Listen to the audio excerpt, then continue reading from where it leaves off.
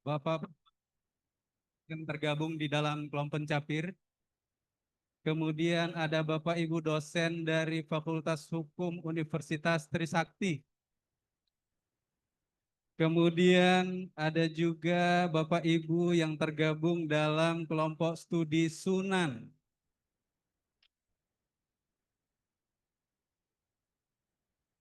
Kemudian ada juga teman-teman dari eh, Bu Nurnaningsih, Ibu Farah dan suami. Kemudian ada Ibu Mutia di JWL. Kemudian teman-teman pramugari, teman-teman kuliah MKN di Universitas Indonesia.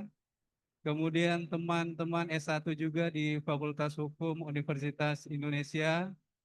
Bapak, Ibu, teman-teman di arisan DPR atau teman-teman ibu-ibu DPR. Kemudian mahasiswa, ini angkatan saya di MKN, Kapita Selekta, dan bimbingan tesis Ibu Nurnaningsih di Fakultas Hukum Universitas Indonesia. Ada juga teman-teman SMP, SMA, SD, dan semua teman-teman atau Bapak Ibu yang telah hadir di kesempatan pada hari ini. Acara kita kami beritahukan disiarkan langsung dari studio, maksudnya dari studio Saco, live di saluran atau channel YouTube di Fakultas Hukum Universitas Indonesia. Kemudian juga ada di Zoom yang dilaksanakan oleh kelompok diskusi, kelompok pencapir. Untuk itu sebelum kita mulai, kita akan jeda sekitar 10 atau sampai 30 detik untuk menampilkan bumper di channel YouTube dan Zoom. Kepada tim channel kami persilakan.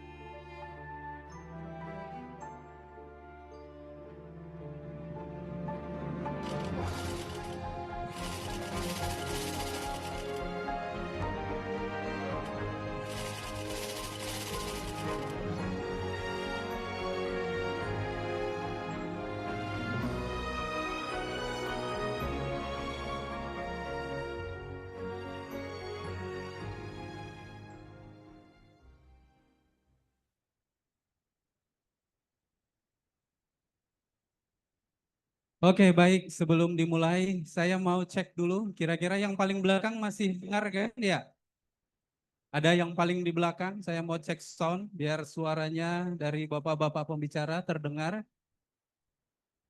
Ya, ya. Oke, terima kasih kepada semua yang hadir pada hari ini. Kita akan mulai diskusi tentang Bank Tanah yang ditulis oleh Dr. Nurnaningsih SH MKN. Ini adalah kegelisahan beliau, hasil dari apa namanya perenungan dan pemikiran dari Ibu Nurnaningsih setelah beliau menyelesaikan pendidikan S3-nya di Fakultas Hukum Universitas Trisakti.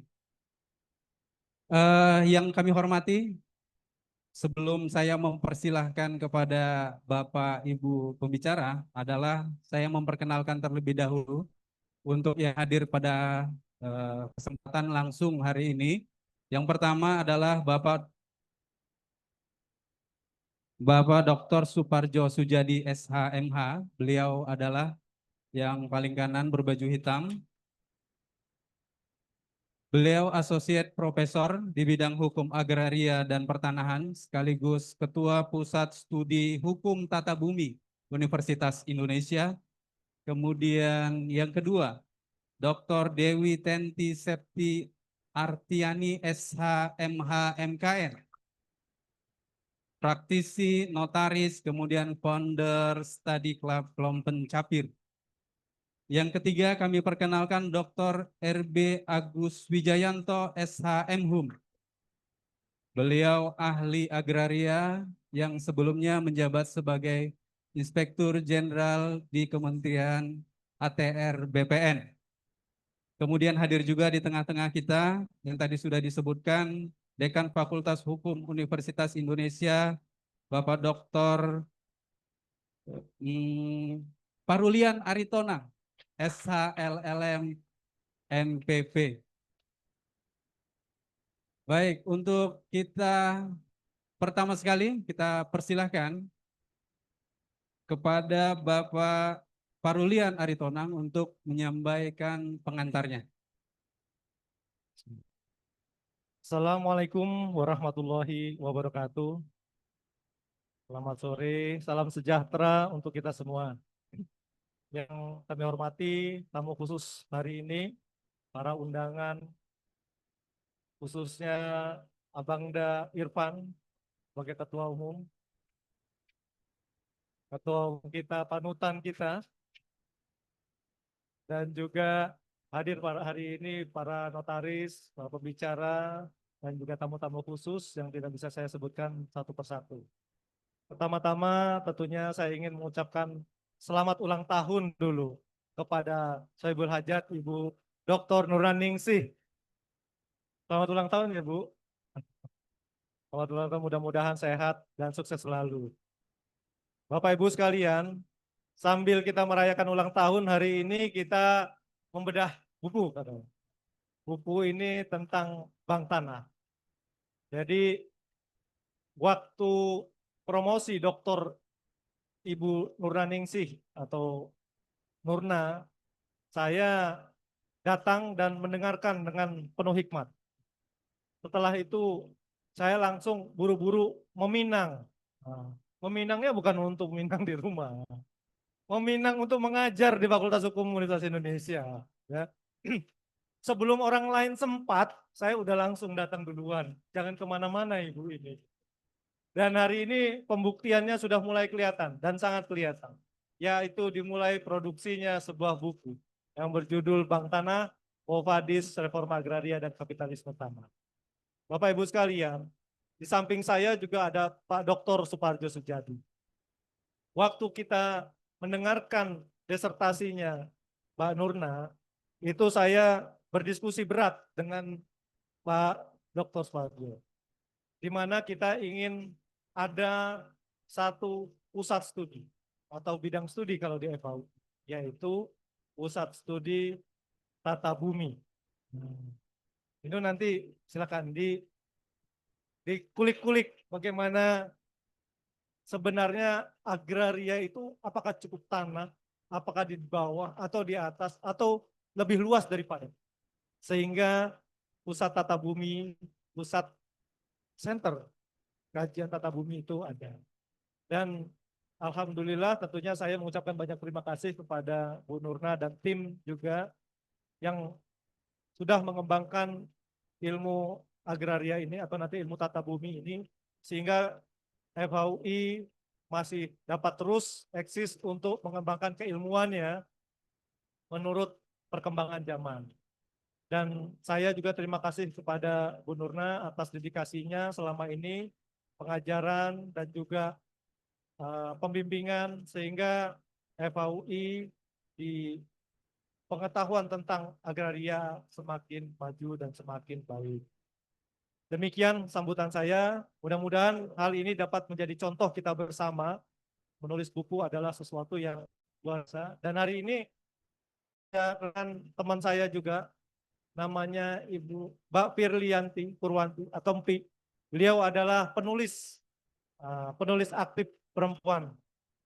Dan ini membawa suasana semakin baik ya untuk intelektual kita.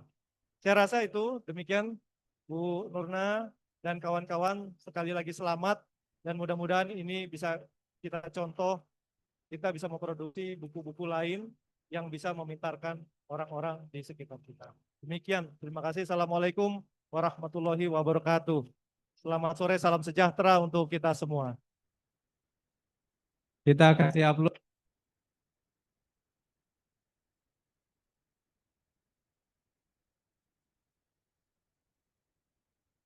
Baik, lanjut. Kita lanjutkan acara berikutnya. Sebelum kita mulai diskusi, kita kasih kesempatan kepada Ketua Umum Ikatan Notaris Indonesia, kepada Dr. Irfan, kami persilahkan. Mungkin bisa sekaligus membuka acara, Pak Irfan.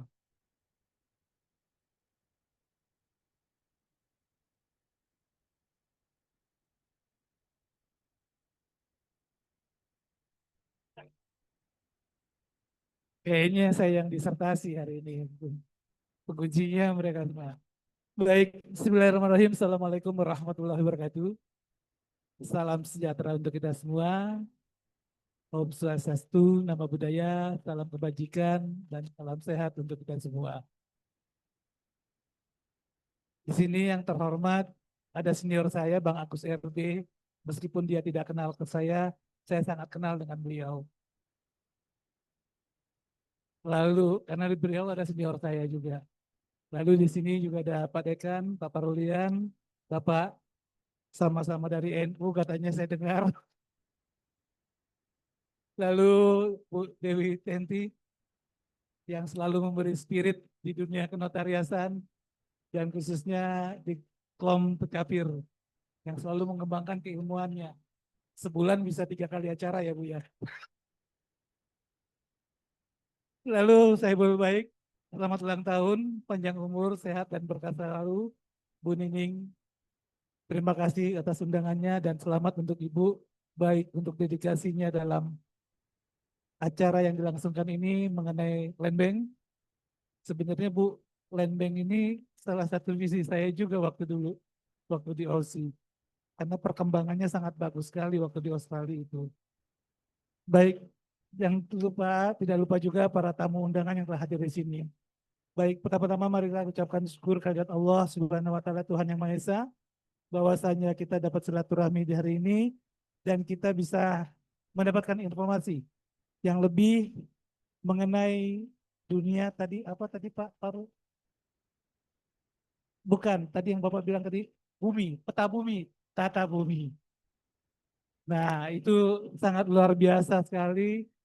Memang agraria kita itu tidak bisa ditinggalkan ya Pak Parulian ya. Dari Sabang sampai Merauke. Dan saya sempat pernah mengusulkan dulu Pak Agus RB kepada kementerian itu kalau bisa servernya kayak Hankam. Jangan seperti Ahu gitu kan. Jadi lebih luas, lebih tajam, lebih detail gitu. Keterkaitan mengenai land bank yang ada di Indonesia ini. Enggak, memang juga tidak mudah. Tata hukum kita juga dari wilayah, adat, sampai sebagaimananya nanti Bu Nur lah yang akan mendetailkan mengenai hal itu. Dan ini perlu proses yang sangat tajam. Sangat bagus sekali Bu, sangat mendukung sekali, dan sangat dibutuhkan sekali untuk Republik ini, bahwa apa yang Ibu kreatkan itu adalah benar-benar untuk membangun negara ini menjadi lebih konkret lagi terhadap dunia pertanahan ini. Mungkin tidak banyak yang bisa saya sampaikan. Sekali lagi selamat untuk acara ini. Usikum binafsi bitaqullah. Assalamualaikum warahmatullahi wabarakatuh. Terima kasih kami sampaikan kepada Pak Irfan. Kita semuanya langsung akan melaksanakan diskusi dan bedah buku. Kepada Ibu Nurna, kami persilahkan waktunya sekitar 15 menit Bu untuk mengeksplorasi Ibu sebenarnya mau apa di buku ini. Karena Ibu adalah orang yang paling bertanggung jawab menjelaskan tentang buku Bank Tanah ini. Kami persilahkan.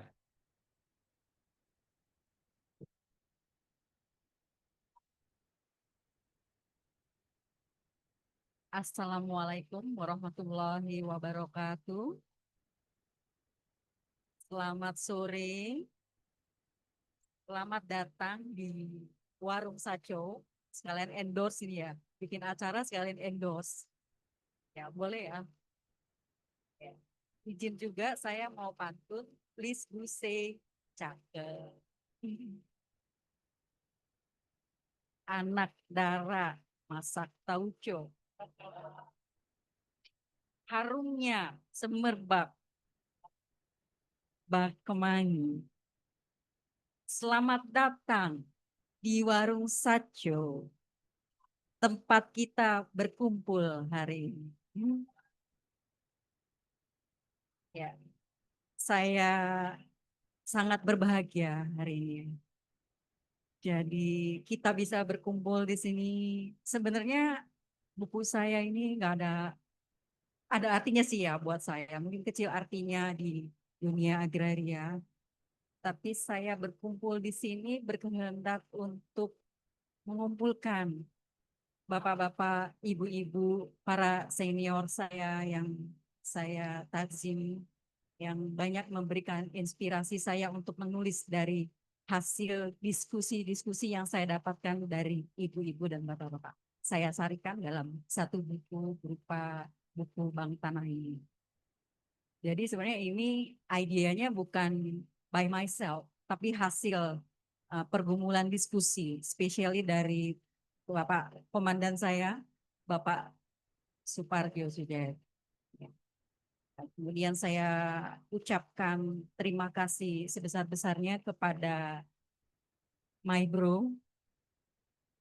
Saya sebut Bang Barulian karena satu angkatan waktu S1, angkatan 96. Suatu kehormatan untuk saya, suatu kebahagiaan untuk saya pada saat saya dipinang. Walaupun dipinangnya untuk di kampus ya, bukan di rumah gitu. Di rumah udah ada nyonya nih. Ya, pada saat itu saya bahagia luar biasa. Menggenapi kebahagiaan saya pada saat saya memenuhi janji saya kepada almarhum suami saya untuk menyelesaikan sekolah doktor saya. Semangat yang saya teruskan dari almarhum suami saya adalah untuk selalu mengeluarkan apa yang menjadi pemikiran kamu dengan cara apapun, dengan cara yang elok dan bisa diterima. Salah satu cara almarhum menyampaikan aspirasinya adalah dengan menyusun buku, dan semangat itu yang saya teruskan. Kemudian saya ucapkan terima kasih juga kepada Ibu Dr. Dewi Tenti yang dalam hal ini sebagai motivator saya, mentor saya dalam hal satu kajian kelompok pencapir yang selalu mempunyai ide, gagasan untuk membuat satu diskusi yang pastinya selalu menghasilkan satu rekomendasi yang insya Allah bermanfaat untuk banyak orang. Terima kasih Ibu. Dan Ibu Dewi Tenti juga aktif dalam Dekopin ya, pengarah Perkoperasian Indonesia, dan banyak sebagai pembina dari UMKM. Give applause please. untuk perempuan hebat di sebelah saya. Bukan berarti yang laki-laki nggak hebat ya. Kemudian juga terima kasih banyak kepada Bapak Dr. Agus RB. Ini adalah chief saya, ketua angkatan saya, angkatan 23, jurusan Dokter Ilmu Hukum Trisakti. Saya juga sangat bangga menjadi alumnus Trisakti. Saya banyak mendapat ilmu agraria, khususnya di sini ada dosen agraria saya, Bu Listio Sumanto. Selamat datang Ibu. Terima kasih atas kehadirannya. Luar biasa saya bahagia dengan kehadiran Ibu yang juga adalah pembimbing dari anak saya Hija Siti Sakti. Makasih bimbingannya. Give applause, please. Yang teman-teman saya dari Dokter Ilmu Hukum Trisakti dan teman kuliah S2 MKN dan S1 yang sudah hadir, Bu Firly, Pak Amri dari Hukum Online. Terima kasih atas liputannya, Hukum Online. Nanti berita kita akan ada di liputan Hukum Online. CEO-nya ada di sini. Pasti liputannya bagus nih ya. Endorse. Kemudian dari grup diskusi Kelom Pencapir dan grup diskusi Sunan. Grup diskusi yang selalu hadir dalam bagian dari hari-hari saya untuk selalu mengasah ilmu hukum berkaitan dengan hukum kenotariatan dan PPAT. Terima kasih kepada Ketua Pak Dr. Sunan. Terima kasih Datuk. Maaf saya salah sebut nama Pak Datuk. Terima kasih. Give applause please. Kemudian Dear Farah, I'm Berry. Thank you for coming and feel glad for your presence here. Hope you understand what we're talking about. Thank you. And then dan selanjutnya,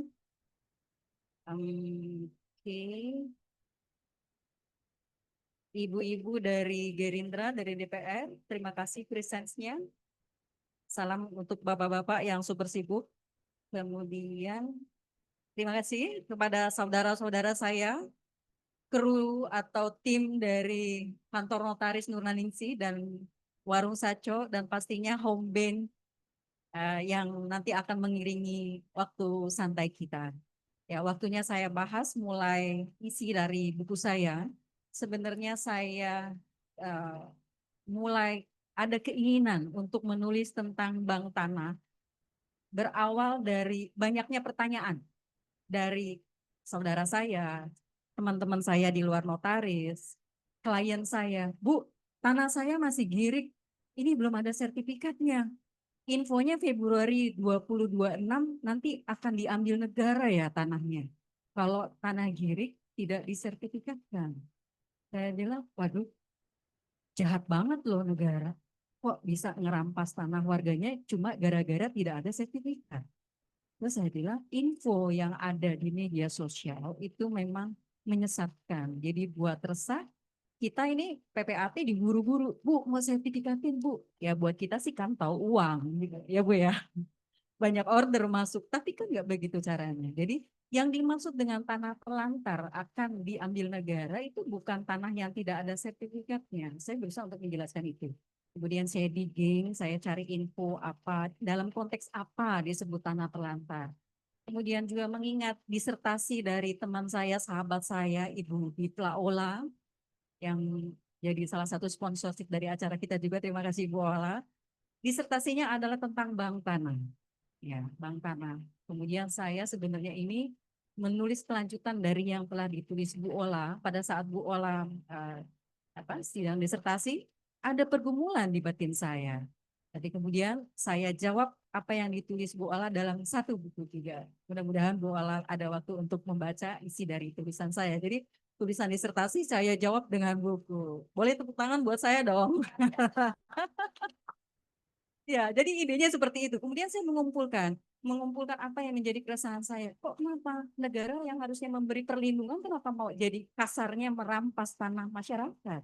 Sebenarnya bukannya merampas ya Pak Dekan, tapi menginventarisir. Bahasa halusnya menginventarisir. Ya, melakukan pendaftaran. tanah-tanah yang terlantar, tanah-tanah yang tidak dikelola dengan baik. Dalam artian bahwa tanah perkebunan yang luasnya puluhan hektar, ribuan hektar, itu bisa tidak terurus dengan baik. Dalam artian tanah terlantar itu tidak dikelola dengan baik, atau tanah yang sudah ada hak HGU-nya tetapi sudah expired, atau tanah hak guna bangun sudah keluar haknya, tapi setahun setelah haknya keluar tidak dilakukan satu pembangunan, atau juga tak sesuai dengan peruntukannya. Demikian Pak Dekan. Jadi bukan tanah telantar itu tanah yang tidak ada sertifikat. Itu adalah satu kesesatan info yang diterima oleh masyarakat. Kemudian hadir dalam hal ini kok negara bisa ya seperti itu menginventarisasi tanah, tapi untuk apa? Kemudian ada info juga dari salah satu teman saya, lawyer, saya nggak bisa sebut nama di sini ya. Ada diskusi sama saya, bilang di warung Saco ini juga. Beliau cerita tentang kliennya itu adalah PT ya, dalam artian bahwa joint venture dari luar punya perkebunan di Indonesia yang kemudian tidak diperpanjang. HGU-nya tidak diperpanjang. Sedangkan investasi sudah bangun sekolah, housing untuk para pegawainya, investasi tidak bisa stop begitu saja. Ini gimana solusinya, Bu? Misalnya, wah, saya bukan decision maker, kita bisa diskusi, tapi saya tidak bisa membuat satu solusi. Jadi dalam hal ini, balik lagi kepada bank tanah, objek bank tanah itu bukannya tanah yang dimiliki oleh orang-orang pribadi untuk rumah tinggal dan lainnya, tapi tanah-tanah yang terlarang. Sorry ya, so noisy di sini.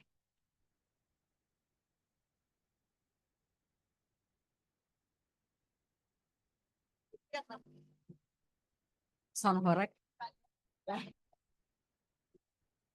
Setelah itu tujuannya apa sih Bang Tanah? Kalau dari tujuan di sini, sebenarnya penerusan di buku saya ini ada Quo Vadis, Reforma Agraria dan Kapitalisme Tanah. Kalau dibaca judulnya, wow, serem banget gitu ya, kapitalisme tanah. Saya tidak membenturkan, ya, saya tidak mendikotomi antara tujuan pemanfaatan tanah untuk kesejahteraan sebesar-besarnya makmuran rakyat dengan tercapainya satu investasi. Ya, investasi untuk pembangunan itu mutlak. Nah, tetapi arahnya kemana?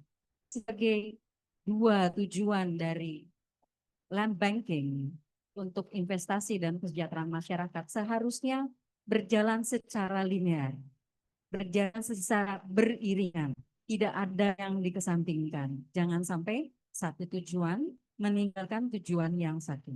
Jadi gimana caranya? Itu bisa tercapai tujuan yang sangat mulia. Yang pastinya bisa tercapai semua pengelolaan tanah. Dalam hal ini yang hadir bukan semua fakultas hukum ya, mahasiswa fakultas hukum. Jadi saya perlu jelas di sini, negara hadir itu bukan pemilik tanah. Ya, tanah-tanah yang ada dalam inventarisir bank tanah bukan menjadi milik tanah. Karena konsepnya negara kita, negara sebagai hak menguasai. Menguasai beda dengan memiliki. Kalau Singapura, China, mereka negaranya memiliki tanah. Jadi negara bisa mengatur seperti apa penggunaan tanah dan tidak ada yang bisa komplain, tidak ada yang bisa say no, tidak ada yang bisa debating. Kalau kita di sini negara menguasai tanah untuk tujuan sebesar-besarnya kemakmuran rakyat sebagai sebagai amanah dari pasal 33 Undang-Undang Dasar Republik Indonesia. Semoga konsepnya bisa dipahami ya di sini apa wewenang negara untuk mengatur tanah dalam hal bank tanah. Balik lagi kepada tujuan bank tanah akan bisa tercapai apabila terjadi satu administrasi pencatatan tanah yang bagus. Saya sebagai PPAT ya sebenarnya tergerak juga. Kebetulan saya pengampu mata kuliah Kapita Selekta Agraria di Magister Kenotariatan di bawah Pak Suparjo, bimbingan Pak Suparjo dan Bapak Dekan kita gitu. Jadi saya banyak melakukan diskusi dengan mahasiswa saya, kenapa banyak sengketa. Yang menjadi pusatnya menurut saya ya Pak Agus, mohon izin Pak Agus. Karena pendaftaran pertanahan di negara kita yang belum tercapai ketertiban ini. Jadi dengan adanya bank tanah, secara administrasi akan lebih tertib, kemudian sengketa-sengketa pertanahan di kemudian hari harapannya akan lebih diminimalisir. Untuk kepastian itu saya setuju dengan adanya bank tanah, tetapi harus dilakukan controlling. Kalau kita belajar dari konsep bank tanah yang sudah ada di negara-negara sebelum Indonesia. Jadi dirinya bank tanah base-nya adalah karena adanya Undang-Undang Cipta Kerja yang kemudian diikuti dengan Peraturan Pemerintah Nomor 64 Tahun 2021. Ya, adanya lembaga bank tanah, dasar hukumnya seperti itu. Nah, kita bisa belajar dari bank tanah yang sudah dilakukan oleh negara luar. Saya mengklasifikasi secara garis besar, ibu-ibu, bapak-bapak bisa baca di buku saya, itu di bab 2. Jadi saya nge-review aja di sini secara garis besar. Yang pertama adalah yang bertujuan untuk meningkatkan kesejahteraan masyarakatnya. Itu dilakukan oleh dalam hal ini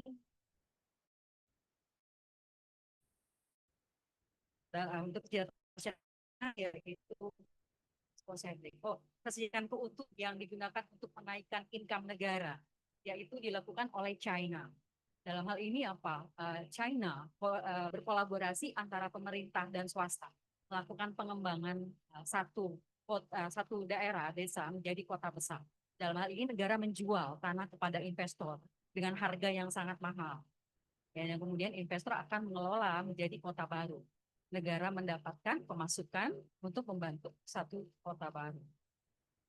Kemudian juga yang menggunakan untuk kesejahteraan adalah di negara Skandinavia, yaitu Finlandia, di mana tanah-tanah itu dalam konsep bank tanah digunakan untuk penyediaan perumahan layak huni dengan harga yang terjangkau dan untuk fasilitas umum, fasilitas sosial. Itu dua negara yang konsep bank tanahnya untuk kesejahteraan masyarakat. Kemudian juga bank tanah digunakan oleh Amerika. Ya, dalam hal ini pada saat terjadi urbanisasi, berpindahnya masyarakat ke kota yang meninggalkan satu state. State-nya itu kosong, banyak sekali properti yang tidak terurus. Kemudian negara campur tangan dalam hal ini menyerahkan kepada developer untuk mengolah, untuk mengoptimalisasi pemanfaatan properti yang ada. Itu salah satu tujuannya adalah untuk mengambil keuntungan pada negara. Dari konsep 2 itu, kita menurut saya ya, dari bank tanah itu menganut 2 konsepnya. Jadi untuk apa? Untuk kesejahteraan masyarakat dan juga untuk negara juga. Dalam hal ini apa? Negara mengelola tanah itu, ya, kemudian menyerahkan kepada investor melakukan investasi dalam pembangunan. Karena salah satu tujuan bank tanah adalah penyediaan tanah untuk pembangunan. Dalam hal ini kebetulan disertasi saya juga membahas tentang PSN, Proyek Strategis Nasional. Nah, sayangnya Bu Lisio, kalau misalnya bank tanah menggunakan prosedur PSN pengadaan tanah, itu banyak sekali konflik yang terjadi. Dengan stempel PSN, ya, dalam hal ini maaf kalau saya sampaikan, pada saat ada sengketa pertanahan, kemudian diajukan kepada Pengadilan Tata Usaha Negara, itu sampai sekarang belum ada gugatan yang dimenangkan oleh pengadilan. Pasti yang dimenangkan adalah putusan penetapan lokasi untuk PSN. Nah, jadi kita ini berkumpul di sini. Harapan saya kita bisa berdiskusi, brainstorming sebagai civil society yang peduli kepada kondisi negara, kepada pemanfaatan lahan tanah yang semestinya digunakan sebesar-besarnya untuk kemakmuran rakyat Indonesia. Gimana caranya kita melakukan satu pengawasan? Karena pengawasan dalam bank tanah ini dilakukan secara internal. Kalau menurut saya pengawasan internal tidak akan efektif. Ya, kita tahu ya, tujuan dari bank tanah akan tercapai apabila ada goodwill dari government. Ya, jangan sampai tujuan Yang kedua, untuk mensejahterakan masyarakat akan tertinggal. Itulah peran kita di sini dari akademisi, dari pihak PPAT, notaris, dan siapapun yang peduli terhadap nasib bangsa kita. Karena tanah, pada saat orang tanya ke saya, kenapa untuk tertarik hukum tanah? Jadi kesannya itu gaya underestimate kita orang tanah. Nah, saya bilang kepada orang-orang bahwa banyak sekali konflik yang terjadi karena tanah. Kita tidak bisa hidup rumah mengawang-awang, pasti kita butuh tanah. Kita tempat kerja, kita butuh tanah. Ya, kasus-kasus semua butuh tanah. Jadi menurut saya itu penting. Kepedulian kita dari civil society terhadap apa? Terhadap lembaga bank tanah. Ya, agar apa? Agar semua tujuan mulia yang terdapat dalam peran 4 tahun 2021 itu dapat terwujud. Mungkin waktunya udah habis, lebih ya. Kalau saya diskusi isi semua buku mungkin bisa seharian nggak habis gitu ya. Karena kita terbatas waktu dan saya juga ingin mendengar ulasan dari para narasumber di sini yang sudah hadir dan juga ibu-ibu, bapak-bapak yang turut hadir. Saya nanti minta untuk merespon dari apa buku saya dan para narasumber yang ada di hadapan kita semua. Terima kasih. Wassalamualaikum warahmatullahi wabarakatuh. Waalaikumsalam. Aplaus kepada Ibu Nurna, penulis buku Buang Tanah ini. Sangat kompleks dan menjadi semacam inspirasi bagi Ibu Nurna untuk menyelesaikan atau menuliskan buku tentang Bank Tanah ini. Ya, Ibu Nurna udah buat waktunya, itu kita kasih diskon karena beliau lagi ulang tahun. Tapi saya ingatkan kepada pembicara yang waktu, supaya perjalanan. Saya ingatkan juga kepada Bapak Ibu, kemudian teman-teman mahasiswa yang mendengarkan acara Ibu Nurna menyiapkan door prize untuk kita nanti ya, dan tanya kira-kira yang nanti dipilih sama Bu Nurna untuk mendapatkan hadiah dari beliau. Oke, kita lanjutkan perjalanan diskusi kali ini kepada Ibu Dewi Ten. Pada Bu DT kami persilahkan 15 menit maksimal. Terima kasih moderator. Baru ikut sebentar, sekarang udah galak moderatornya. Kayaknya dia selain moderator jadi polantas. Nyemprit belum apa-apa. Ya, Assalamualaikum warahmatullahi wabarakatuh. Selamat sore semuanya. Selamat ulang tahun Ibu Dr. Nurnaningsih SHMKN. Karena ternyata acara launching ini juga memperingati hari ulang tahunnya beliau. Dan saya nggak mau kalah sama Pak Dekan, saya ada pantun dan harus bilang cakep. Kalau enggak, berhenti. Ya. Kepala pening makan tahu. Ini hari Kamis, bukan Rabu. Mbak Nining ulang tahun, malah bikin buku. Oke. Ini nggak mau kalah. Sebentar. Medsos. Banyak sekali orang bilang gini, kita hidup di masa di mana kecerdasan kalahkan oleh algoritma, ya kan? Yang penting viral, mau ngaco, yang penting viral. Dan alhamdulillah sampai dengan saat ini saya ada di dalam lingkungan yang sangat kondusif, ya kan? Saling mensupport, ya, saling mensupport, saling menjaga logika agar terus sehat. Dan salah satunya adalah tulis apa yang ada di dalam pikiranmu.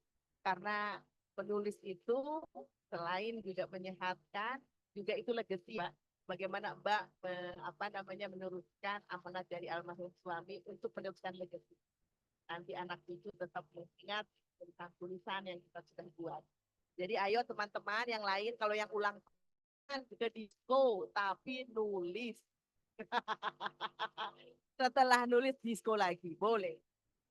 Ya di sini mohon maaf Bapak-bapak, saya permintaannya saya duluan karena apa?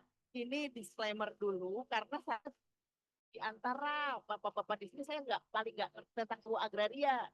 Nah, saya tadi bukan aktif di Dekopin, tapi saya tanya apa ya ada aja ya dengan pertanahan. Nah, beberapa catatan tentang buku yang sudah saya baca adalah di sini saya bangga sekali sih karena penulis telah berhasil menyampaikan pikirannya tentang bank tanah secara menurut saya secara komprehensif karena di situ dari mulai sejarah peranan penting sebagai faktor yang melatar belakangi lahirnya suatu peraturan. Kita nggak boleh lewat dari sejarah ya, harus tahu asbabun nuzulnya. Jadi apa yang terjadi pasti ada yang melatar belakanginya, seperti itu bukan? Dan kemudian ada konsep sebagai landasan berpikir, kelembagaan dan tata kelola bank tanah. Dilengkapi juga dengan perbandingan-perbandingan di negara lain yang sudah diterapkan terlebih dahulu. Jangan lupa ada, harus ada. Kalau nggak ada, nggak oke, gitu kan? Jadi perbandingan ini sekali untuk melengkapi selain sejarah. Kemudian dengan 75 tahun UPA ya Pak, 75 ya. Ini cukup lama sih, sementara dinamika hukum pertanahan itu lumayan cepat Pak. Kalau itu social engineering-nya di hukum pertanahan kurang ya, dalam artian di belakang, tidak di depan untuk menjadi apa chief-nya gitu kan. Khususnya berkenaan dengan kebutuhan investasi dan ini juga disajikan sebagai bentuk kritik ya dari penulis di dalam buku ini. Kemudian ada ketimpangan penguasaan tanah di Indonesia yang telah menjadi salah satu problem struktural paling krusial dalam sejarah keagrarian nasional. Di mana katanya 59 tanah produktif di Indonesia dikuasai oleh kurang dari 1% penduduk. Menunjukkan tingkat konsentrasi kepemilikan tanah yang ekstrim dan tidak proporsional. Ketimpangan ini tidak lahir secara tiba-tiba, melainkan merupakan warisan panjang dari era kolonial yang menempatkan tanah sebagai objek eksploitasi ekonomi, bukan sebagai ruang lingkup masyarakat adat dan petani kecil.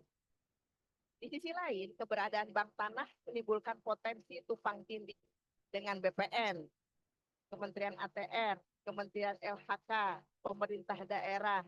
Dalam banyak kasus, konflik administratif di sini ya, konflik administratif terjadi ketika beberapa institusi mengklaim otoritas atas lahan yang sama. Tidak adanya mekanisme koordinasi yang jelas antara lembaga-lembaga yang menghambat efektivitas pelaksanaan reforma agraria serta menambah kompleksitas yang sering justru merugikan masyarakat. Dan sebagai pemerhati koperasi, saya sangat antusias karena di dalam halaman berapa itu di bukunya ada tentang koperasi.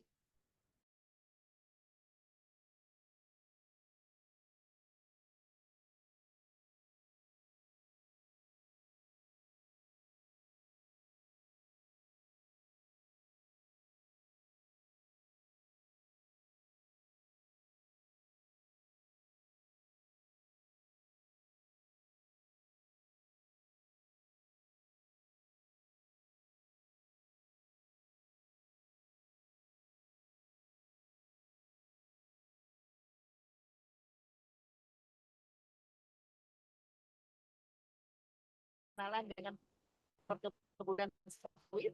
Di situ saya sedih sekali karena di dalam perseroan terbatas perkebunan itu kan harusnya dengan koperasi ya. Dan saya lihat sampai dengan sekarang koperasi yang isinya adalah itu hanya sekedar aksesor, harus ada. Kalau enggak nanti enggak dikasih uang sama bank. Nah, di mana kapan kiranya koperasi ini bisa menjadi milik sejati dan yang dikelola itu karya dulu nih. Dan di Indonesia tahu bahwa praktik koperasi tanah masih sangat terbatas dan belum dikembangkan secara sistematis dalam kebijakan pertanahan. Namun demikian benih-benih praktik serupa dapat dikemukakan dalam beberapa bentuk yaitu koperasi petani dan nelayan yang mengelola lahan garapan bersama seperti kawasan transmigrasi atau desa hutan. Di beberapa tempat koperasi ini menjadi wadah distribusi pupuk, pengelolaan irigasi hingga penguasaan alat berat Meski demikian, umumnya belum sampai pada penguasaan tanah secara formal karena daerah, sertifikasi dan pengakuan negara. Itu betul-betul buku ini saya suka di bagian itu, ya karena memang ada apa namanya kerakyatannya. Kemudian ada juga misalnya koperasi pegawai negeri yang mengelola proyek-proyek perumahan dengan skema subsidiar mengenal koperasi Asia katanya Bu dalam kerangka gerakan apa namanya dalam banyak kasus lahan hasil okupasi kolektif kemudian dikonsolidasikan dalam bentuk koperasi untuk mengelola pertanian dan hasil panen manfaat secara merata. Aduh, dulu dong buat Bu Nini karena di sini saya merasa apa yang ada di dalam pikirannya terwakili, ya kan? Kemudian sama moderator sebagai pemantik adalah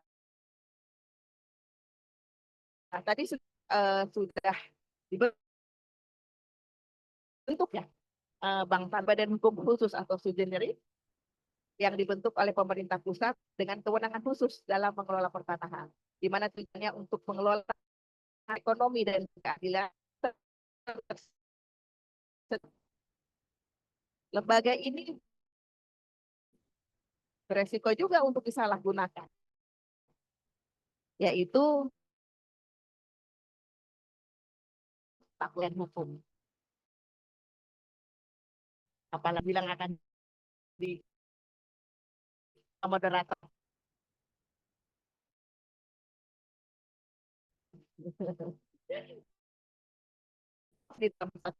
Bahwa tata cara memperparalel konflik agraria pasal 7 Peraturan Pemerintah Nomor 68 Tahun 2021 mengatur bank tanah dapat memperoleh tanah dari 9 kriteria. Salah satunya adalah tanah tidak ada penguasaan di atasnya.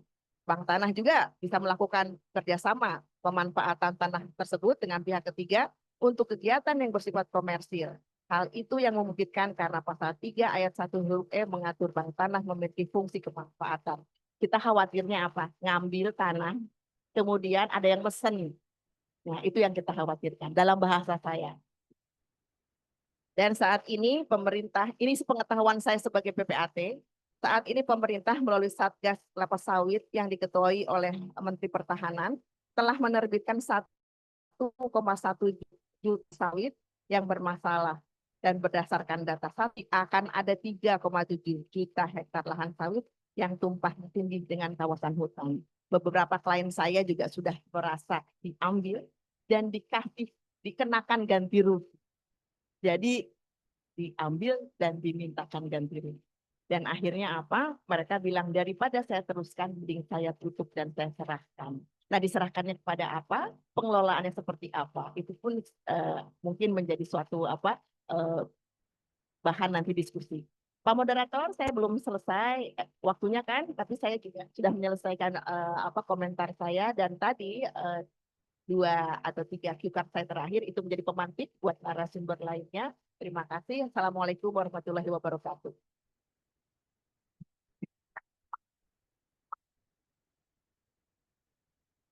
Izin waktu 1 menit, moderator. Ini saya merasa kayak gayung bersambut. Jadi di bagian akhir rekomendasi dari buku saya itu adalah ide penguasaan tanah secara komunal, secara bersama. Sebenarnya itu sudah ada di hak ulayat masyarakat kampung ada.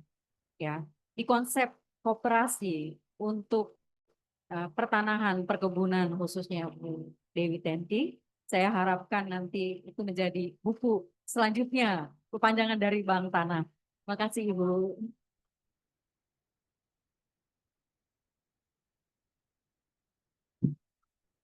Ya, Mbak Raja dulu. Tapi sebelumnya saya ingin memuji Bu DT. Ternyata Bu DT menggunakan filsafat Socrates. Jadi katanya nggak ngerti agraria, tapi logika-logika yang dia sampaikan itu cukup memberikan eh, nalar yang cukup kuat gitu terhadap buku yang dibuat oleh Bu Lurna. Jadi merendah dulu Bu, habis itu memberikan nalar yang cukup. Tidak bisa lagi dibantah gitu Bu. Baik, banyak sekali poin-poin nanti untuk yang kita bicarakan bersama pada kesempatan diskusi. Tapi sebelumnya kita akan mendengarkan terlebih dahulu ulasan dari Bapak Dr. Suparjo Sujadi. Kami persilakan Pak.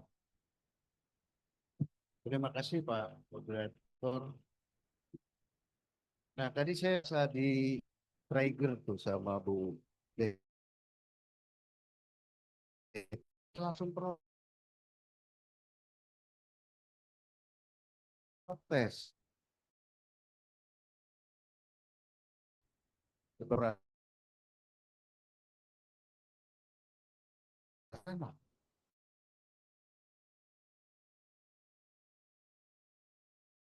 tadi itu yang saya terang ini ya bahwa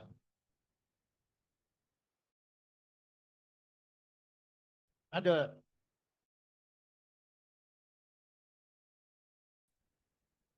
beberapa baca saja saya baca saya pelajari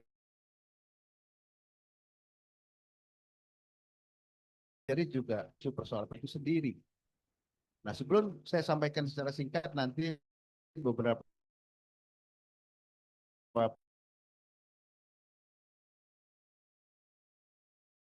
perkembangan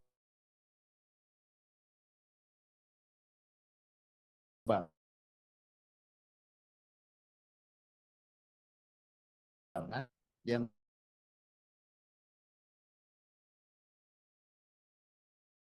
menurut awal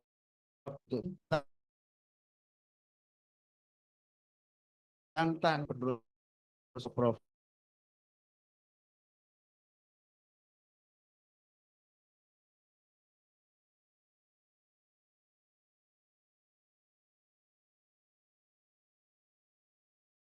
Saya membahas hanya 2 pasal Bapak Ibu, pasal 1 dan pasal ayat 2 itu terus menerus saya renungkan.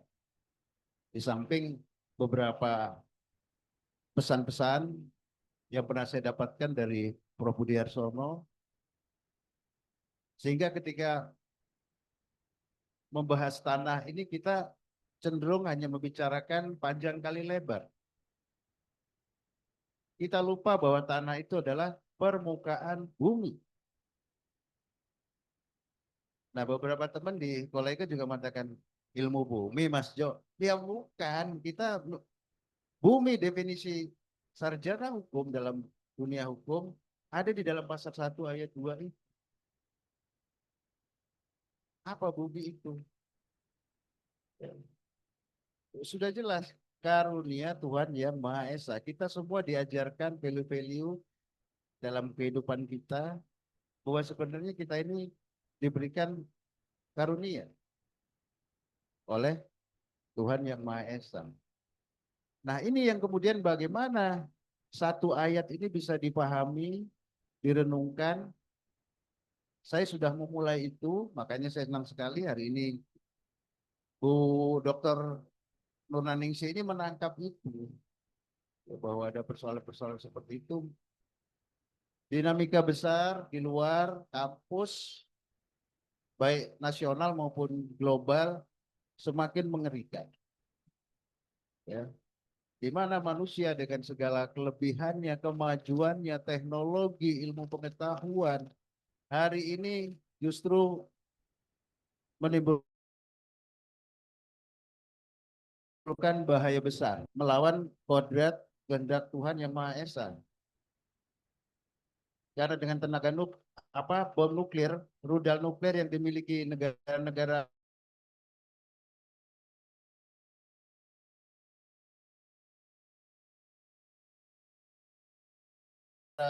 hitungannya secara kita orang hukum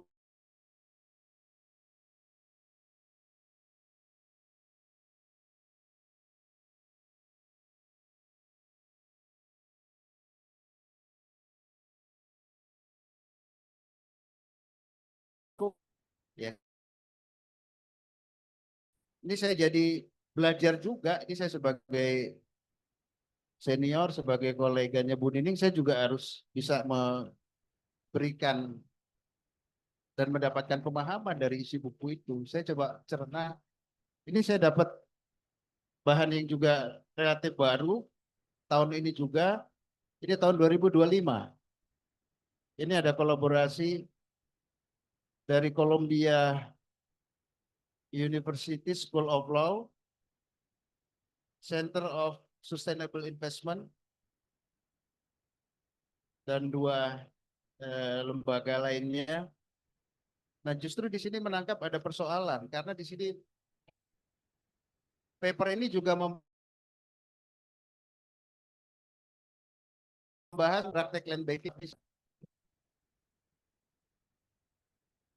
Angle dari paper ini membahas bahwa land banking itu ternyata kemudian tidak pas karena kemudian apalagi di Indonesia lebih dominan fasilitas investing dengan istilah LSLBI, Large Scale Land Based Investment.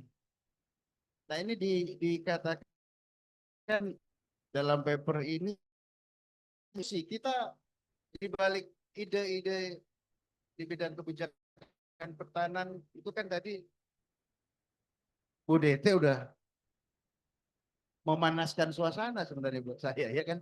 Demikian banyak persoalan yang HGB lah tadi dan lain-lainnya, ya.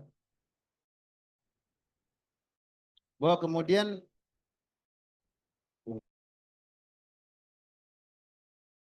Bu DT tadi, atau betul FOMO tadi ya. Ya, bahwa kalau kita nggak ngikutin seolah-olah kita nggak keren. Ya, sementara tata bumi tadi, bagaimana sebenarnya kita jabarkan persoalan-persoalan itu? Sudahkah kita memahami hulunya tadi? Tanah itu karunia Tuhan Yang Maha Esa loh. Oke. Ini pernah saya jadikan ide mahasiswa di Fakultas Hukum UI ikut lomba karya ilmiah nasional di UGM. Berani ngambil tanah kamu? Di UGM itu ada 4 profesor. Kalau mereka jadi jurinya gimana? Nah, itu saya berikan ya secara luas outbox, tapi mereka malah menang dari konsep tata bumi tadi. Kaitan dengan pendaftaran tanah. Coba kalian rancang model pendaftaran tanah yang sesuai dengan tata bumi. Bahwa tanah itu karunia Tuhan. Pernah izin nggak kepada Tuhan waktu mengukur tanah? Tidak pernah. Tapi begitu ribut-ribut sengketa, lah nama pun disebut-sebut lagi demi keadilan berdasarkan ketua yang Maha Esa. Akhirnya cobalah dirancang, saya berikan ide bahwa Bu Dining tadi menyinggung itu dalam khasanah hukum tanah nasional dari hukum adat itu ada. Bagaimana masyarakat manusia berkomunal, mereka melakukan sesuatu terhadap tanahnya itu pasti ngundang Tuhan. Minta izin kepada Tuhan. Mudah-mudahan kalau itu diikuti ya, karunia Tuhan itu membawa berkah. Kan logikanya seperti itu. Tapi kalau kita berpikir secara sekuler, teknis, saya menggunakan kata-kata Pak Budi, kira saya itulah mengapa banyak persoalan hari ini. Ya, karena berpikir mekanis, teknis. Saya juga sedang mengkritisi putusan MK. Karena saya baca statement dari para hakimnya tidak menyentuh itu. Apa arti dibalik angka-angka dibalik jangka waktu hak atas tanah? Saya beruntung pernah mendapatkan wawasan dari Prof. Budi Harsono. Parjo, ingat ya, kamu paham nggak angka-angka dibalik hak atas tanah itu? Maksudnya angka apa, Pak? Ada luas tanah, ada durasi 195 tahun. Nilai tanah itu sendiri, prospek dan nilai yang dihasilkan. Di balik itu, Pak Jo katakan, itulah nasib bangsa Indonesia. Karena pasal 1 tanah bangsa Indonesia, negara boleh harus mengatur. Tetapi pertanyaan saya, ada nggak setiap kali kebijakan pertanahan termasuk land banking ini membuat rekapitulasi? Ini ada kebijakan seperti ini, bagaimana nasib bangsa Indonesia? Ini karena forum notaris juga, saya pernah didatangi mahasiswa mau menulis tesis tentang hak atas tanah di IKN. Kamu mau nulis itu serius? Kalau level S1, S2, 3 halaman saya bilang, gak layak. Tetapi kalau kamu bahas di disertasi, oke. Itu tadi, karena itu 95 tahun itu kan si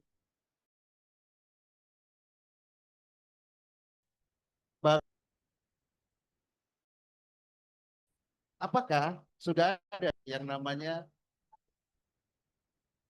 rekapitulasi? Ini kemudian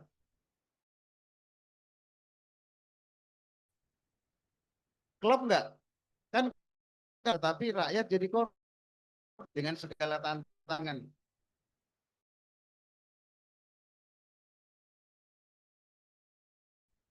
Dinamika nasional potensi besar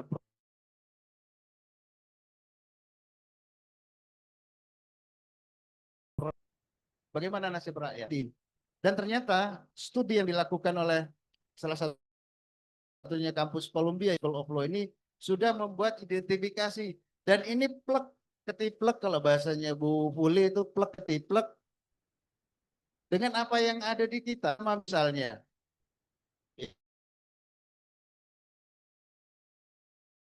ya,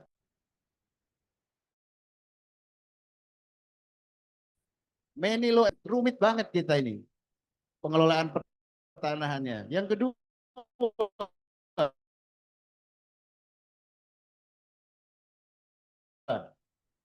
ya, tuh, ya, ternyata juga nanti bersentuhan dengan tanah-tanah rakyat yang belum bersertifikat, kemudian tanah-tanah ulayat. Tadi Bu Deti juga sudah mengatakan, nah ini bagaimana nih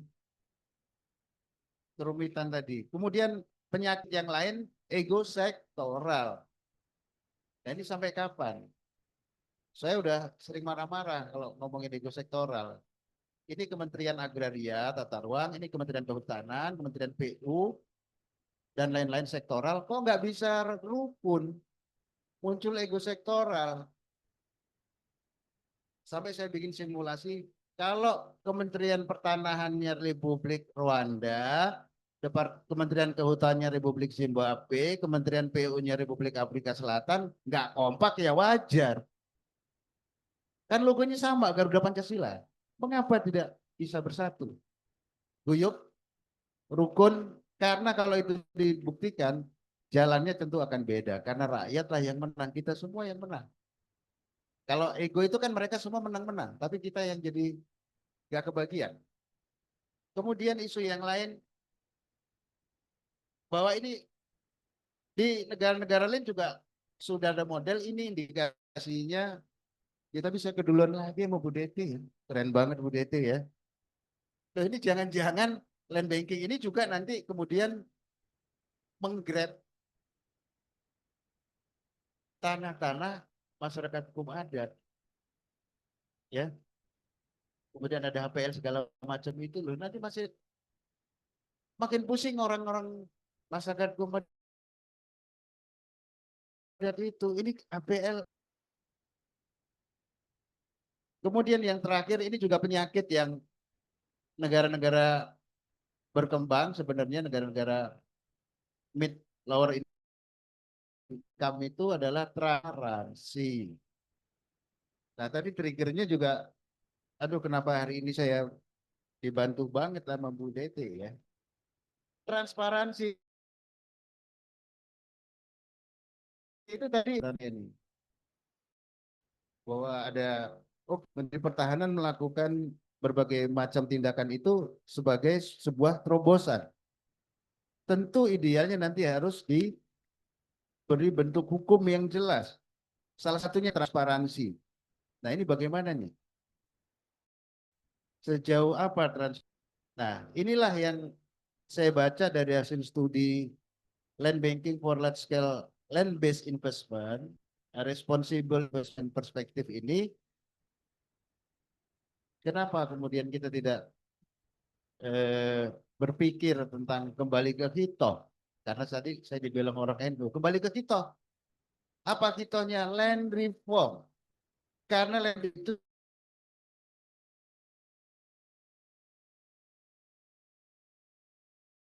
tadi ada angkas,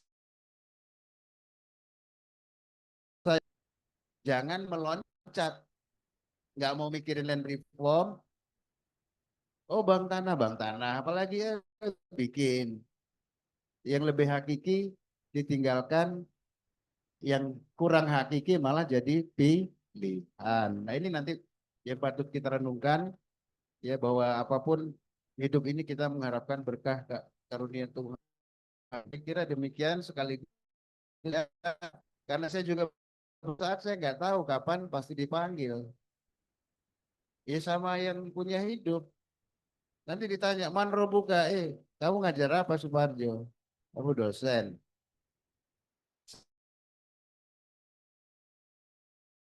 Saya udah punya jawaban. Ngeri-ngeri lah gitu ya. Bisa saya seperti itu. Sebagai rasa tanggung jawab melanjutkan legacy dari senior-senior saya. Sebelum disemprit Pak Moderator, saya kira supaya aman saya kembalikan. Terima kasih.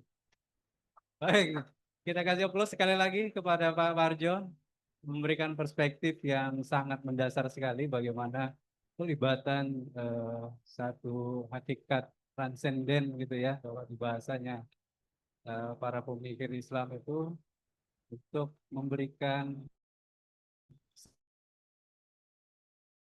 semacam dasar kepada kita semua dari ya. Kami serahkan mic ini kepada Bapak RB Agus Wijayanto. Beliau sekali lagi adalah sempat menjadi Dirjen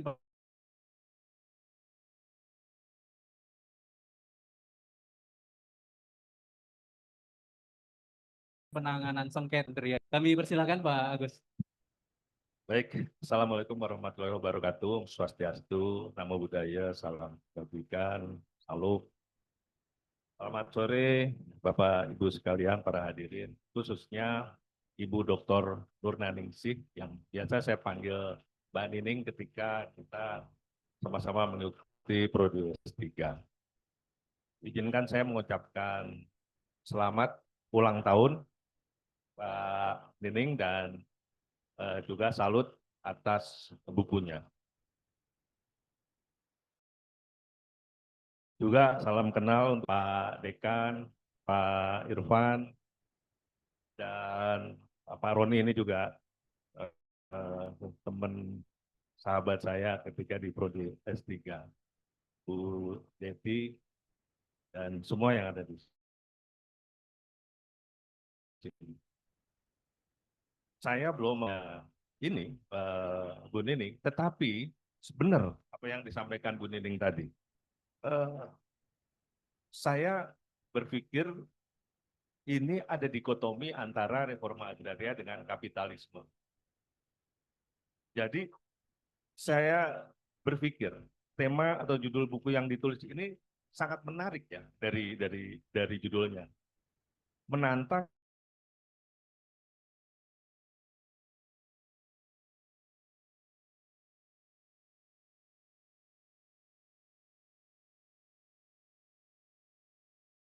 dan juga profilnya loh, keberadaan Bank Tanah.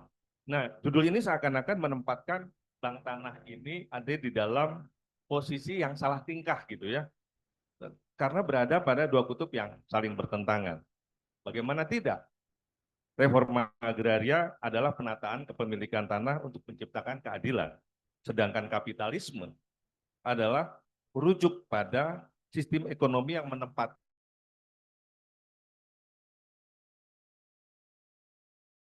tanah sebagai bentuk keuntungan semata-mata. Reforma agraria ya dengan saling bertentangan, di mana reforma agraria berupaya mengurangi ketimpangan struktur penguasaan tanah, sedangkan kapitalisme dapat memperburuk ketimpangan penguasaan pemilikan tanah si modal. Nah, kalau saya baca itu ya, dari yang saya baca, yang kontra dengan atau menolak keberadaan Bank Tanah adalah mengatakan bahwa Bank Tanah ini tidak lain adalah mengadopsi domain verklaring yang ada dalam Agrarisme 1870 ya, dan juga menyimpangi hak penguasaan negara.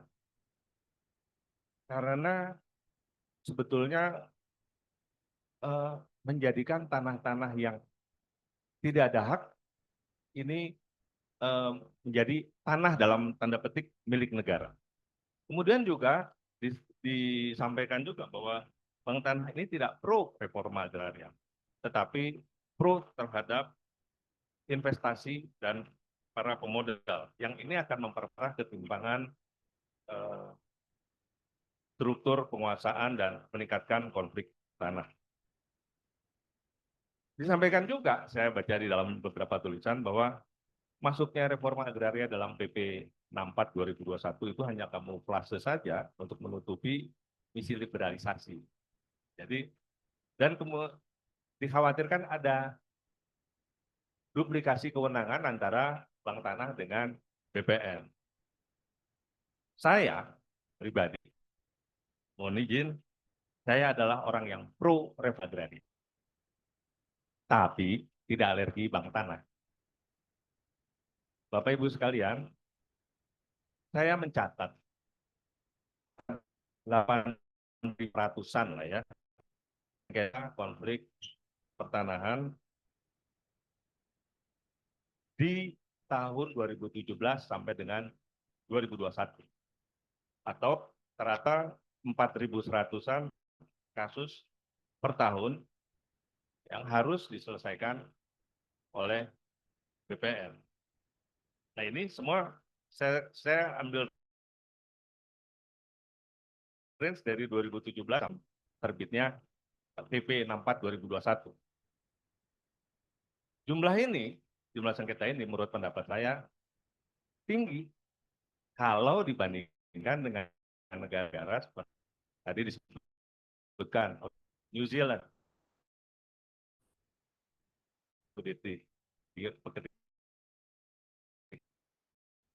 berapa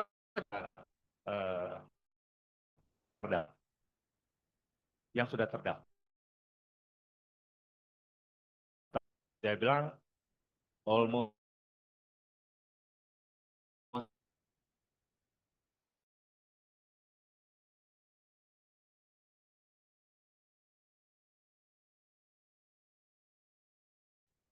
bagaimana dengan tanah wayang? Bahkan ada Maori. Demikian juga untuk di Australia demikian. Nah, semua bidang tanah sudah terdaftar. Tapi kalau kita kemudian balik lagi ke Indonesia, apakah jumlah segitu tinggi? Jumlah bidang tanah di Indonesia ini yang berada di area penggunaan lain di luar kawasan hutan itu ada 123 juta. Jadi kalau 21.000 itu mungkin sampai 10%. Ya, nggak terlalu tinggi ya. Tapi sengketa ini melibatkan orang perorangan, badan hukum privat, instansi pemerintah, TNI, Polri, BUMN, dan juga kelompok masyarakat, termasuk masyarakat adat. Pertanyaannya kemudian apa yang disengketakan? Mengapa terjadi sengketa? Bagaimana bentuk sengketa itu? Kalau ditanya kenapa terjadi sengketa, jawaban yang paling umum adalah karena jumlah penduduk yang terus bertambah, sedangkan luas tanah adalah tetap. sesuai hukum ekonomi, ketika demand-nya bertambah, supply-nya tetap atau bahkan berkurang, maka harga tanah akan meningkat. Meningkatnya harga tanah, kurangnya jumlah luas tanah mengakibatkan orang berlomba-lomba untuk memperoleh tanah, sehingga bergeserlah dari tanah yang berbumi. Nah, ini yang mengakibatkan orang-orang berlomba melakukan peroleh tanah baik secara sah maupun tidak, dan juga seakan-akan sah. Nah, kemudian apa yang disengketakan? Ada beberapa tipologi sengketa, tetapi yang menonjol hanya ada dua ya terkait dengan ini, yaitu sengketa penguasaan pemilikan tanah yang objeknya tanah-tanah yang belum dilekati hak. Misalnya, penguasaan atas tanah-tanah yang belum dilekati hak itu adalah sah, karena penguasaan adalah alas hak. Dia bisa diajukan permohonan pemberian hak dengan dibuktikan oleh surat keterangan penguasaan tanah. Sah juga orang yang mengoper alih garapan dan kemudian mengajukan permohonan hak, sepanjang dia ada surat keterangan garapan, dia menguasai tanah, dan ada akte perolehan garapan yang dibuat di bawah tangan, di warmaking oleh notaris. Dan menjadi persoalan adalah banyak dari masyarakat yang tidak membedakan antara penguasaan dengan pemilikan tanah, sehingga dia melakukan operan banyak notaris dia sudah memilih, dia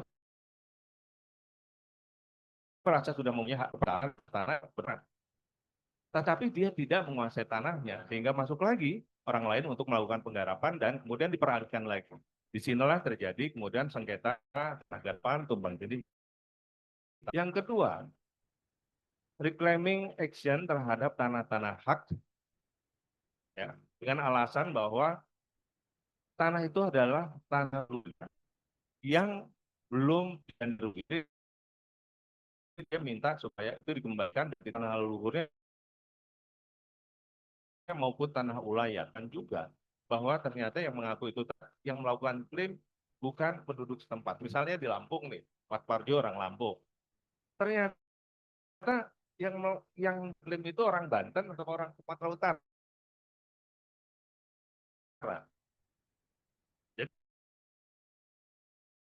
Jadi tidak daftar tanah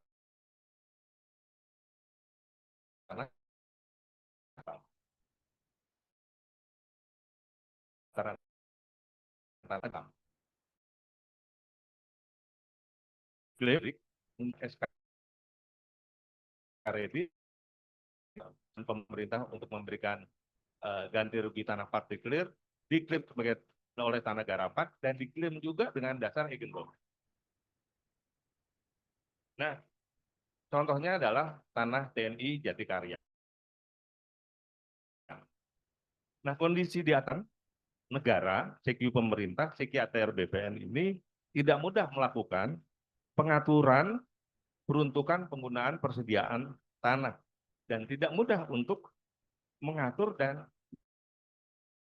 menentukan hubungan Junto pasal 33 ayat 3 Undang-Undang Dasar 45. Bapak Ibu sekalian, hukum tanah nasional ya, di dalam pasal 1 UPA tadi sudah disinggung oleh Mas Parjo, menegaskan bahwa tanah dan bersifat abadi. Bangsa adalah representasi wilayah. Milik sah yang dikuasainya. Sah. Iya. Sah tanah diperoleh dari nasionalisasi maupun penyerahan Egendom oleh BUMN itu milik rakyat. Sah juga tanah yang dimiliki oleh rakyat di sempadan sungai, sempadan pantai. Kalau semua tanah milik rakyat, kemudian dan rakyat sah untuk melakukan klaim, maka apabila ada satu bidang tanah diklaim oleh beberapa rakyat, inilah yang kemudian menjadi sumber sengketa. Saya pribadi akhirnya berkesimpulan bahwa sulitnya negara mengatur peruntukan penggunaan persediaan tanah serta menentukan hubungan hukum tadi seperti Mas Pat, ini kemungkinan disebabkan juga karena di kita negara bukan pemilik tanah. Maka terlepas dari persoalan PP 6 2021 dan sebagai pelaksanaan UUCK yang sampai sekarang masih di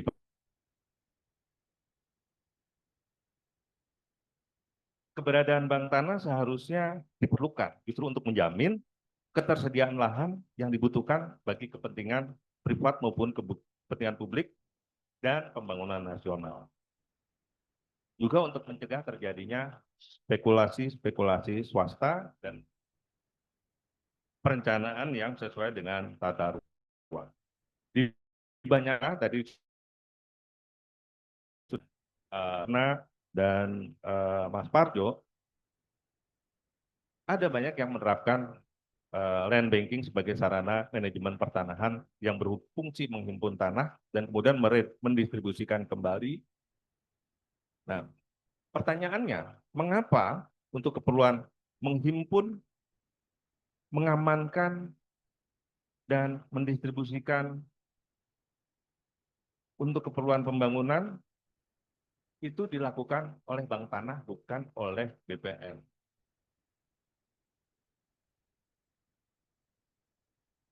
Jawabannya adalah karena BPN adalah lembaga pemerintah. Maka jika fungsi menghimpun memperoleh tanah dilakukan oleh BPN, maka statusnya akan berubah menjadi tanah aset negara yang tunduk pada Hukum Undang-Undang Nomor 1 Tahun 2004. Kalau ini yang dilakukan, maka dia akan menjadi tidak mudah ya, di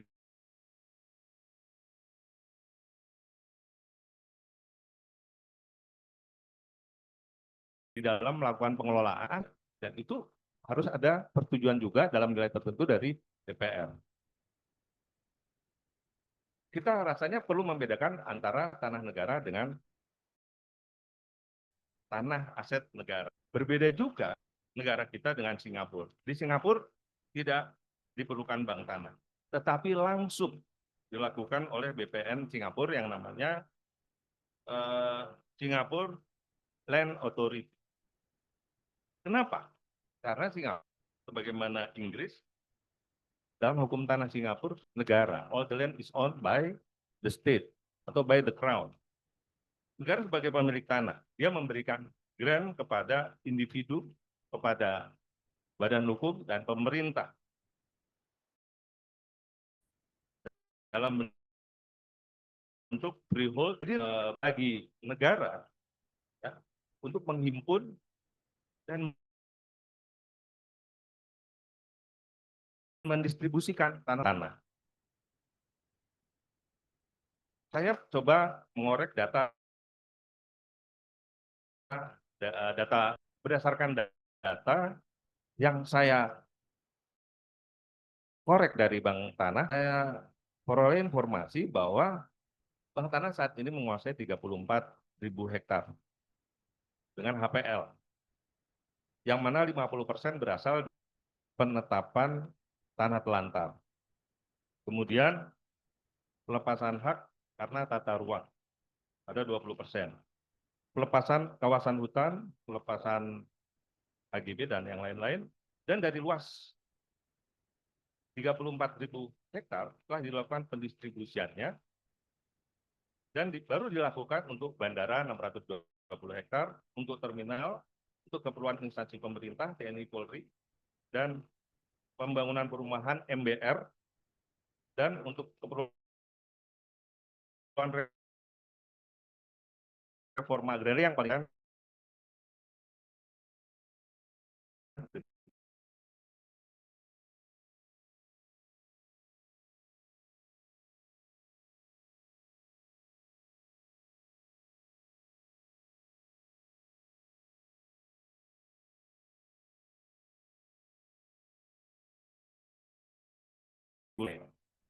Jadi kalau luas wilayah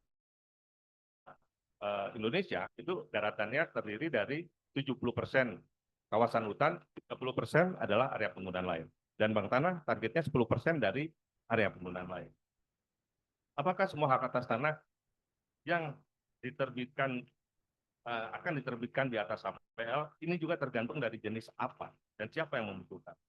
Kalau yang membutuhkan pemerintah diberikan hak pakai selama dipergunakan, maka tentunya ini harus dikeluarkan atau dilepaskan dari Bank Tanah. Kalau individu yang diberikan hak milik, maka ini juga harus dikeluarkan dari Bank Tanah. Dengan demikian, belum terlihat adanya negaraisasi tanah-tanah atau menjadikan tanah yang belum dilekatkan hak menjadi tanah milik negara. Sebagaimana domain perklaring itu. Ya. Karena satu, dalam hukum tanah nasional kita negara bukan pemilik tanah. Demikian juga mengingat HPL dalam konsep hukum tanah nasional kita bukanlah hak atas tanah. Melainkan gempilan hak memilikan kepada pemegang HPL.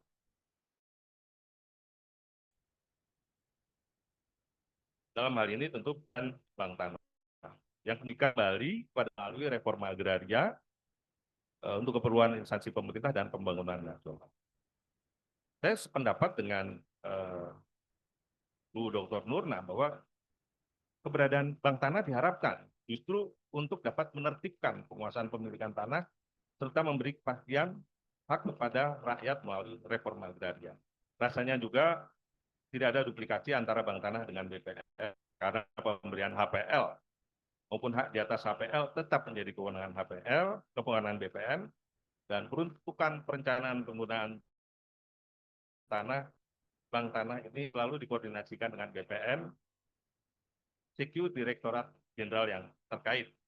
Selain itu juga ada komite Bank Tanah yang dimana anggotanya terdiri dari Menteri ATR BPN, Menteri Keuangan, dan Menteri PUPR dalam menyusun kebijakan strategis Bank Tanah. Dan ada Dewas yang internal tadi, yang untuk melihat apakah Bank Tanah telah melaksanakan jakstra kebijakan strategis yang digariskan. Berdasarkan hal itu, saya kira saya berpendapat bahwa memang diperlukan untuk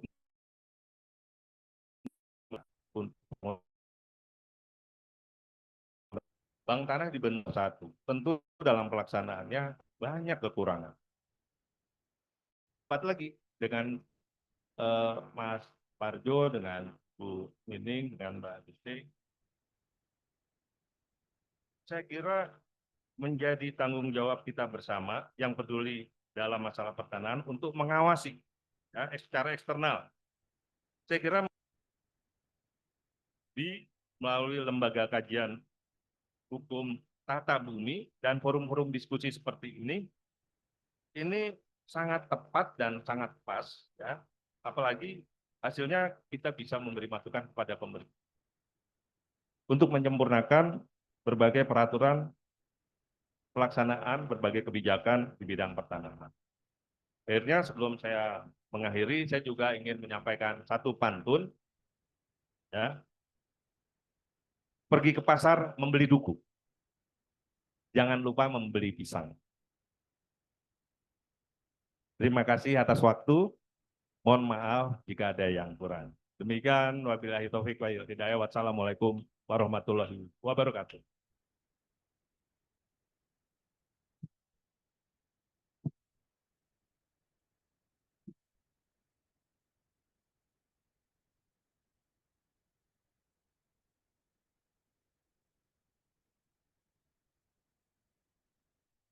Selamat sore Ibu Bapak perhatian. Ini sebentar lagi mau waktu maghrib masuk. Kita konsensus bersama selesaikan saja atau kita break sholat maghrib makan dulu lanjut sih. Jadi musiknya nanti gabut. Gimana ya? Oh iya, maaf ya saya lupa. Karena ada Zoom jadi kita nggak usah ada break. Langsung aja kita masuk diskusi untuk ibu-ibu, bapak-bapak memberikan respon dari pemateri yang sudah memberikan Ya, saya perkenalkan tuh sahabat saya. But before, if you don't mind, I would like to say terima kasih banyak kepada Abang Irfan ketua saya dalam Orsi Ikatan Notaris Indonesia yang sudah menyimak, duduk dengan tenang, menyimak kami berbicara di depan, walaupun bukan dari agraria ya, cuma saya melihat ekspresi muka untuk memahami ini bicaranya arah kemana gitu. Jadi saya mohon setelah Ibu Firly, Bang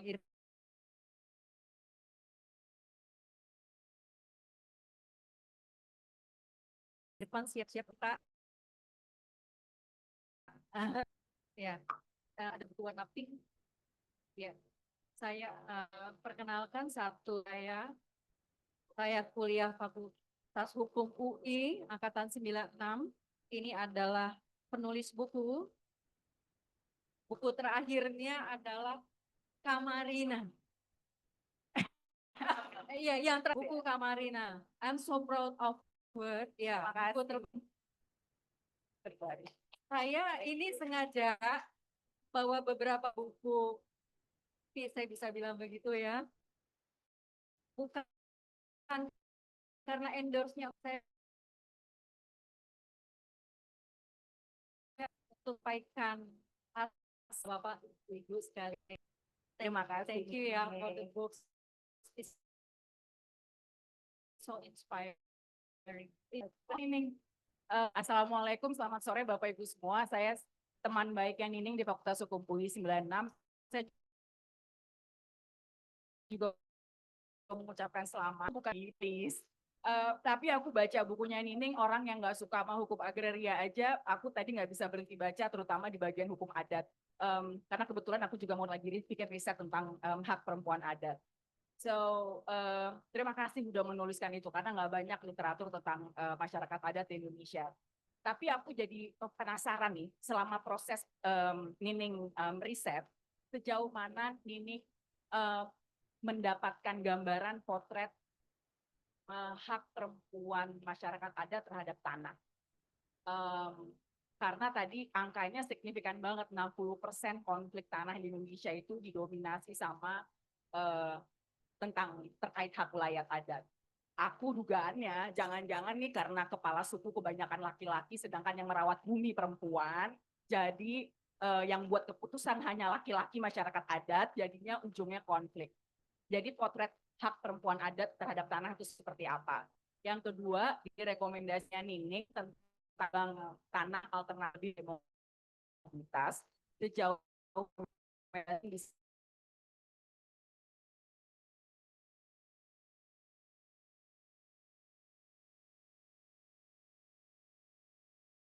saja. Tapi sekali lagi aku terima kasih. Assalamualaikum.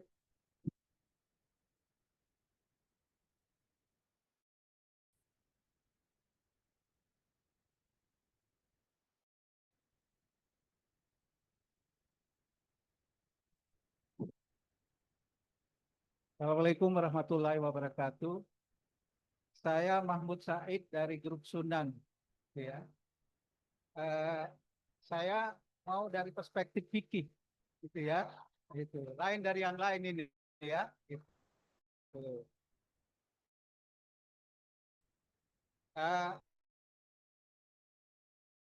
Dan ada di Allah, Bang Tanah itu wali, seorang wali habis.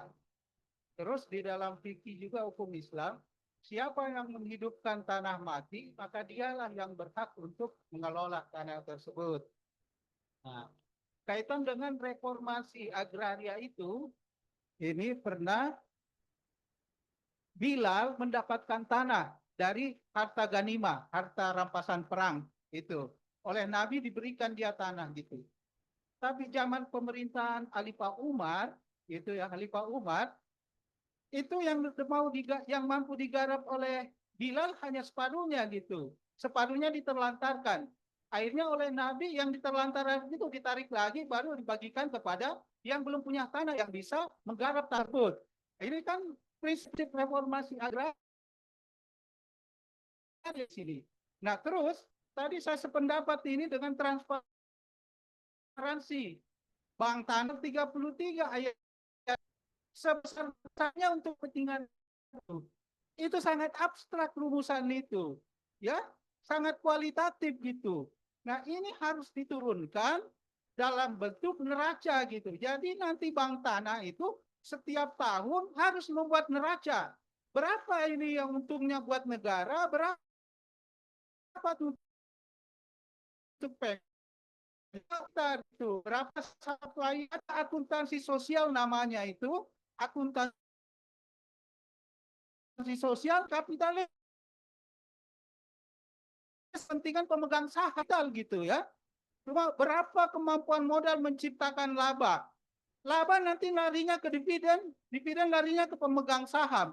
Jadi ini kapitalis banget ini. Nah, ada akuntansi sosial, dia lihat berapa manfaat, berapa keuntungan dari PT ini ke karyawannya gitu. Berapa ke suppliernya, itu dihitung juga itu. Kalau kapitalis nggak dihitung itu, ya berapa rasio keuntungan ke masyarakat setempat lingkungan dalam bentuk CSR sekarang. Tidak Tuhan peraturan kan terpudut.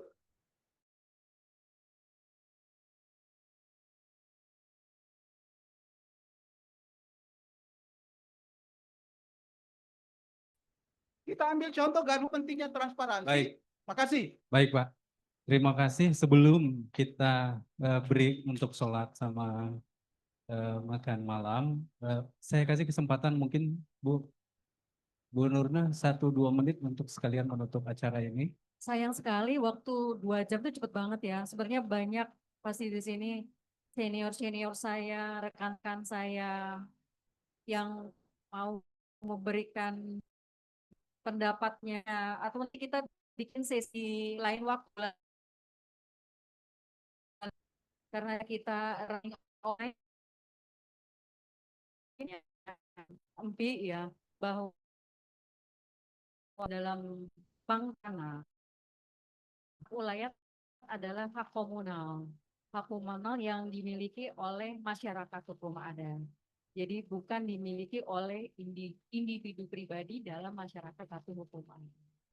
Jadi dalam hal ini kita baca konteksnya adalah tanah ulayat masyarakat hukum adat. Nah, kemudian pertanyaan kedua, bagaimana ini pemanfaatan Bank Tanah? Apakah akan pro kepada gender perempuan begitu ya? Kita sih di sini melihatnya tidak ada perbedaan gender karena selayaknya semestinya penggunaan atau pemanfaatan tanah yang ada adalah berkat dari Tuhan Yang Maha Esa untuk kita semua yang ada di bumi ini yang bersifat sustainable. Harus kita bisa turunkan tanpa ada biaya.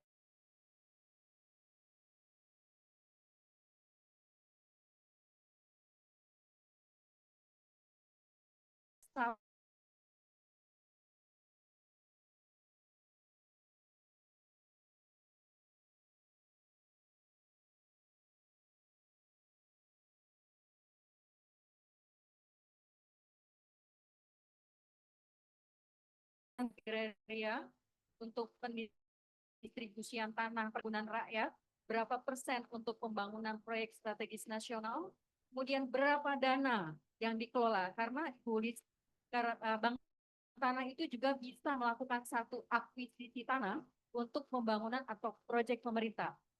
Pasti di situ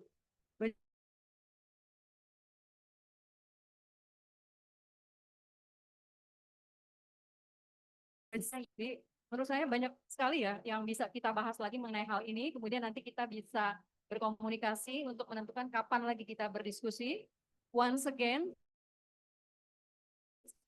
last but not, saya sangat berterima kasih kepada Bapak Dokter sebagai editor buku saya yang sudah menjadi mitra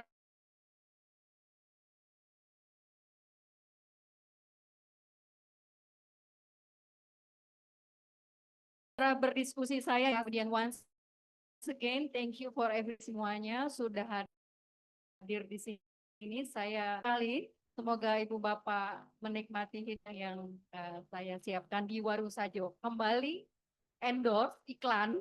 Kalau makanannya enak, tolong disampaikan ke teman-teman. Warung Sajo enak. Terima kasih kepada khususnya pembicara di muka saya ini. Selamat sore. Assalamualaikum warahmatullahi wabarakatuh. Baik, dengan ditutupnya oleh Bu Nurna, berarti berakhir sudah pembicaraan dan diskusi buku bangsa